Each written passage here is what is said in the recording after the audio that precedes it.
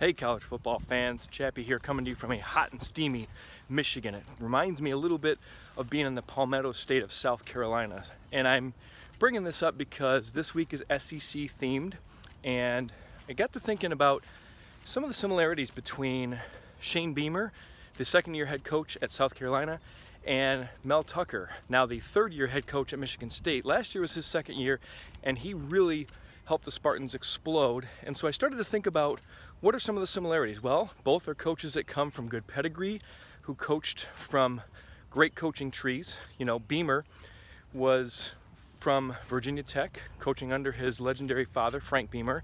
He was also under Phil Fulmer at Tennessee, Steve Spurrier at South Carolina, Kirby Smart at Georgia, and then recently Lincoln Riley at Oklahoma. Both coaches are specialty coaches. Now, Beamer specializes in tight ends and special teams, while Tucker was more of a defensive-minded guy.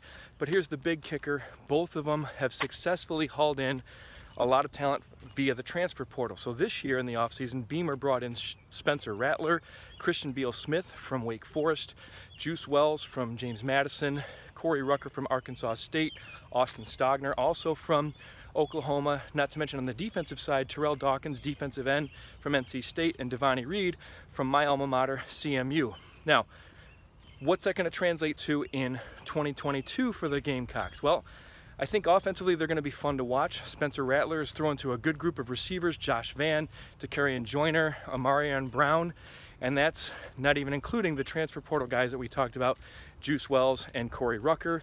Great group of tight ends with Stogner, Jaheim Bell, who I think will be all SEC, and then Nate Adkins transferring over from East Tennessee State. Defensively, though, that's where I have some questions. You know, they lost the best part of their defense, which was their pass secondary, so they weren't that good, especially in red zone defense, third down defense, rush defense. They were in the 90s and 100s overall in the country. So here's going to be the big test. It's going to be their schedule. South Carolina has to go to Arkansas, and even though they've beaten the Hogs in 3 straight, that hasn't necessarily been recent. And South Carolina, in their last 10 games against the SEC West, is just 3-7. They have to travel to Kentucky, which a lot of people are picking as possibly a threat to Georgia in the East, with Georgia replenishing this year. They're 2-7 against Mark Stoops, so Stoops has had the number of the Gamecocks. They are idle, and then they have to host Texas A&M, who South Carolina has never beaten. They're 0-8 all time against the Aggies. They have to go to Gainesville and play a Florida team that I think is going to be a lot better under new head coach Billy Napier, a lot more disciplined, a lot more physical, and South Carolina's 2-8 in Gainesville in the last 10 trips there. They have to host Tennessee. Now, this might be a little bit of a chance that they have. So in the last 12 meetings between these SEC East divisional rivals, teams have traded off 3-game win streaks, and Tennessee has won the last 3 straight.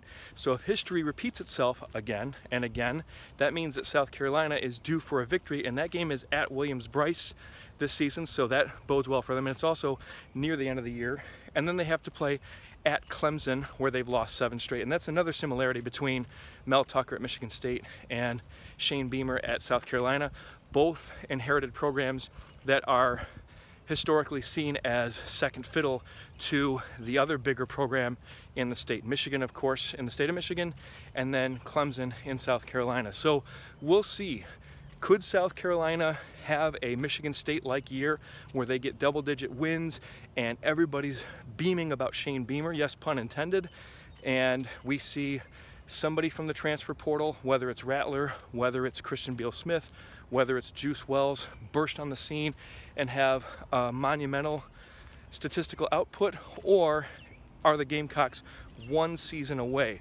Listen to our SEC preview podcast on the CFP podcast. Also check out cfpcollegefootball.com, where you'll see exactly how I think the Gamecocks fare this season.